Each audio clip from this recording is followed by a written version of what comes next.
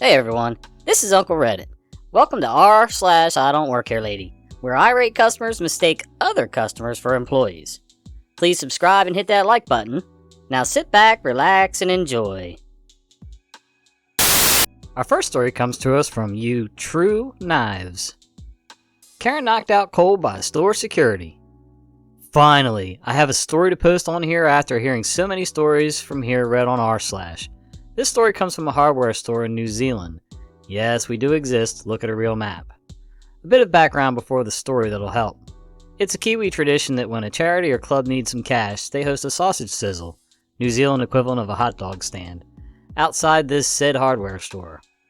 So I'm helping out my younger nephew's sports team, run the barbecue, and cook the sausages when one of our cooking utensils breaks. We know said hardware store sells this tool, so I take some cash and jog inside to buy another. Now the uniform for this place was red and green apron draped over the normal clothes and covered with shoes. I was wearing a blue and white butcher's apron over my normal clothes and flip-flops. While I'm looking for the item, I hear a loud, "Excuse me?" from behind me. I turn around and see a woman with a bright red face, barreling towards me, mid-40s, blonde hair with terrible bangs and glasses thicker than Kim K. Disclaimer: swear words are commonplace in New Zealand and don't really hold much stance in a conversation to offend. I'll try to censor as much as I can. K: where the heck have you been? I've been trying to get your attention for the past 5 minutes. I need you to come ring this up for me. She points to a new garden hose and some flower seeds in a basket. OP: pardon? I don't work here, lady. I'm on the... K: F you mean you don't work here? You're wearing the uniform, the apron. OP: lady, I'm on the sausage sizzle outside. I'm in here to find a new pair of tongs. K: I don't care what you're doing. I need this taken to the till and rung up now. My dog's in the car and he's going to lose his S soon. OP: get stuff, lady. I don't work here. Go to the checkout and leave me the F alone. She loses her S and flips and starts screaming at the top of her lungs. K: what the F did you just say, you little C? I'll knock your teeth out, you ungrateful little S. I'll have you fired and get my husband to effing kill you. Now I'm 6'4" and 110 kilograms, 240 pounds. So I'm not a small man. This woman would have been just at my chest height, about 5'4", so the idea of her knocking my teeth out made me laugh. This just peeves her off even more, and she proceeds to throw the garden hose in her hand at me and missed horribly. At this point, a female staff member had heard her outburst and was running down the aisle to see what was wrong. K: this worker told me to get effed, and that he was going to kick me out of the store. I want the manager right effing now. I'm going to get you fired and make sure you never work in this town again. The worker turns to me and then back to her and calmly says to her, "This dude doesn't work here. He's on the barbecue out front. He's a customer." I explain I was just in here for some new tongs and this lady come up to me and started screaming. I had to serve her at a till and then threatened me and threw store merchandise that she hasn't paid for at me. Karen then proceeded to scream more profanities and insults at both the staff member and myself. This was enough for the real employee to ask the lady to leave the store. The woman then proceeded to get physically angry and threw the rest of her items on the floor and started pulling items off the shelves. The employee radioed on her walkie-talkie to get security to come down the aisle that we were in and escorted the lady out of the building. Security arrived and had to physically escort the lady out of the building. And in her kicking and screaming and struggling, Karen manages to break free and starts throwing wild punches at the security guards, hitting one in the face. This security guard was about my height and retaliated as such by swinging back and connecting straight with Karen's head. Karen's out cold and an ambulance had to be called to check both the guard and the woman. Police arrived shortly after, and thankfully the store had security cameras down each aisle, and a review of the footage clearly showed what happened. When the Karen came to, she was charged with assault and taken to the police station after a checkover by ambulance staff. Sad to say the hardware store was out of stock on the utensil I needed, but heck if the tripwire wasn't worth it.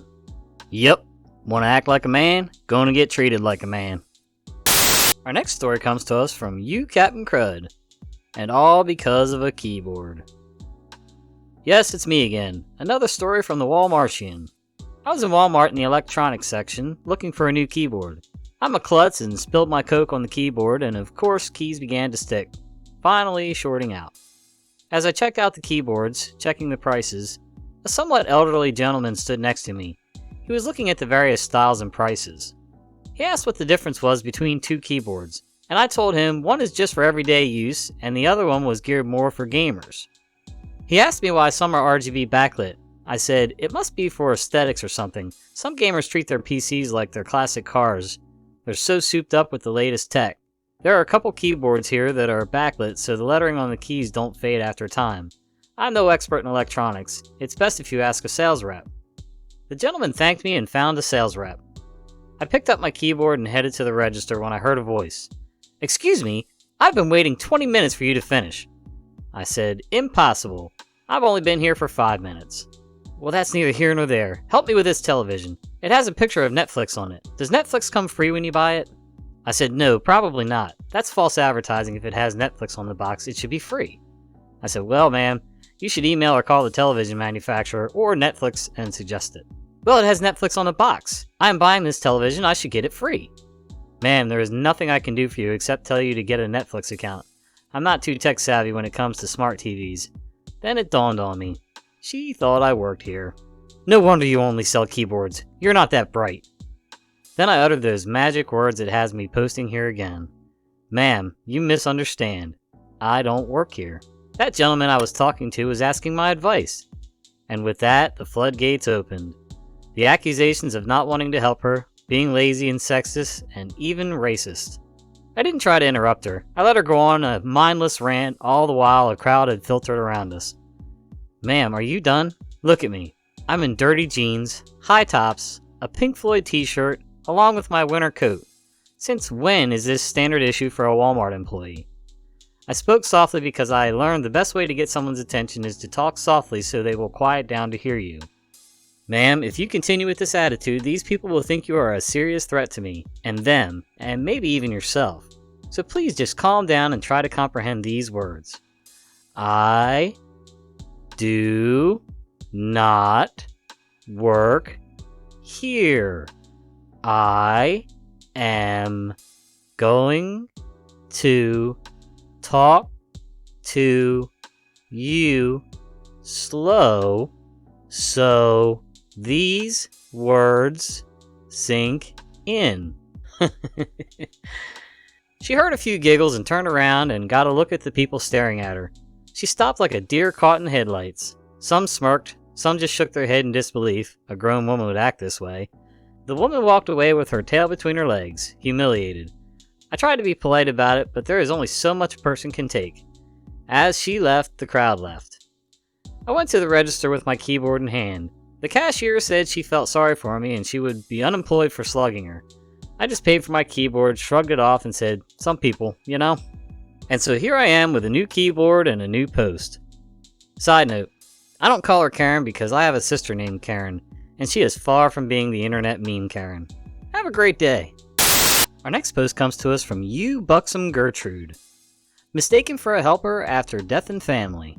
This isn't retail, so it might get booted, but hey-ho, I think it's quite a good fit. My dad died suddenly in an accident when I was in my 20s. After the first 24 hours of shock, I went to his mom's place, as I knew Grandma would be devastated. Dad had moved us about 150 miles away from his hometown when I was a baby, but Grandma had stayed in the place where she raised Dad. I visited her often and knew a few of her close friends, but wasn't really part of the wider community. Anyway, I arrived to find the house is absolutely rammed with people. I mean rammed. Every kindly person from the town was coming and going, and people driving from across the neighboring towns to pay respects. Most visitors were Grandma's age, late 70s and above, and some had brought younger members of their family to help out, along with food, drink, flowers, and such. It was really very heartwarming the way the community sprang into action. They were always bringing shares and get-togethers in that neighborhood, so everyone sort of knew how it worked. The younger folk waited on the older folk. Lots of people recognized me and gave me a hug, said kind words, and urged me to sit with them, which was sweet. But after a minute or two I would excuse myself as I found it easier to busy myself with clearing plates and helping wash up. Still in shock and tired, and finding it a bit weird to say appreciative things to all these strangers. People understood. Sadly, the accident was a big one and had made the local news. So unfortunately there were a few nosy Parkers here and there too. People who barely knew Grandma, but turning up for the social, having a sandwich and a drink. I was walking to the kitchen with some plates when a woman, who seemed to have arrived on her own and didn't know anyone, grabbed my arm and, dabbing at her dry eyes with a hanky, Asked if there was a nip of brandy in the house. There sure was. Every third person had brought something medicinal, and Grandma was already pretty well stocked anyway. So I brought her back a drink, and she asked me to sit with her for a moment. She went on and on about how terrible it was, what a loss, all the while dabbing dry eyes and swigging from her glass. Seems she had lived in the street that Dad lived in when a small boy, but didn't know much more about him than that. She started telling stories about her life in that street, and got more and more off topic as she did so. Telling me about her husband's ingrown toenail and her daughter's difficulty with some building work. Apparently this was all very hard on her nerves, and she was so exhausted she asked for a second drink, and maybe a double this time as she was so upset. I was glad to go away and get it. When I brought it back, she was really warming to her captive audience and literally gripped my arm as she started off on another tale about heaven knows what, while I sat there numbly. Luckily, a friend of Grandma's recognized me, came over and gave me a squeeze on the shoulder, asked me how Grandma was doing. "Oh," said random lady, "do you know Grandma's name?" I replied, "Yes, I'm Dad's eldest." Well, the look on her face, her mouth hung open, astonished and cross, and once she'd gotten it working again, she snapped, "Fancy sitting there nodding like that while I went on." Luckily, she did let go of my arm, and I just slopped off back to the kitchen. The friend who'd interrupted came and asked me if I was okay about it all, but I really was. The woman hadn't upset or offended me at all. My heart and mind were completely elsewhere, but I confess I still chuckle when I think of her face as she realized she'd assumed I was a random youngster there to support and serve her. Wow. Well, I'm sorry about your dad, OP. But I can totally relate. Weddings and funerals. People come out of the woodwork. I don't know, attention seeking, looking for food and drink, whatever the case. I'd just assume most of those people just stay home. Our last story comes to us from You Cool Ninja 539. Entitled parent thinks I work at WonderWorks and demands I turn down the volume in the wind tunnel. Backstory. Me and my family decided to go down to Myrtle Beach. It's on the east coast of the US for everyone who doesn't know. For vacation. Now, Myrtle Beach is kind of like a tourist attraction, hence why it has WonderWorks. And for those of you who don't know what WonderWorks is, it's basically like a mini amusement park with tons of science experiments and stuff inside. Anyway, they have a wind tunnel so you can see how fast winds are going in a hurricane. But this particular EP and her kid didn't like how loud the wind tunnel was, so on to the story. The wind tunnel starts up.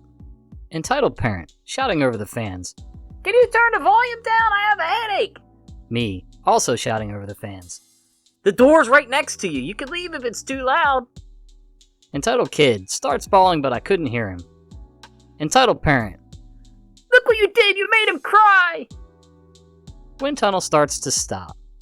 Me starting to lower voice, "I'm pretty sure the fans are what made him cry." Entitled parent, still thinking the fans are on, "You made him cry! I told you to turn down the fans!" Some of you might be thinking that I work there, but nope. She somehow thought I was working there? Anyway. Me. First of all, I don't work here, and I told you the door was right next to you. The employee running the wind tunnel comes over. He will be known as E. Employee. What seems to be the problem? Entitled parent. Your employee didn't turn down the volume on the wind tunnel. Yes, she said that. Employee. First of all, he doesn't work for us, and the wind tunnel is at a set speed. Entitled parent. Lies! I want him fired! Employee. Again, he doesn't work for us. Entitled parent. I will get all of you fired! Points to everyone in the tunnel. Mass confusion. Entitled parent, screaming nonsense while she walks out the exit. Employee. Sorry everyone, some people may have a screw loose. Me, still trying to process what happened. I'm gonna go to a different experiment thing. Luckily, entitled parent or her child didn't come back, and I had a fun time there. And for you people who want to go to WonderWorks, it's expensive. $30 US for one adult, $20 for a kid, and 3 and under get in free. Anyway, hope all of you like this I Don't Work Here Lady story. Have a great day. Too long didn't read. Crazy entitled parent wants to turn down the volume in a wind tunnel. Alright everyone, I hope you're having a great day and that you've enjoyed this video. Please like and subscribe. And keep a lookout for more of these little gems from Reddit. So long!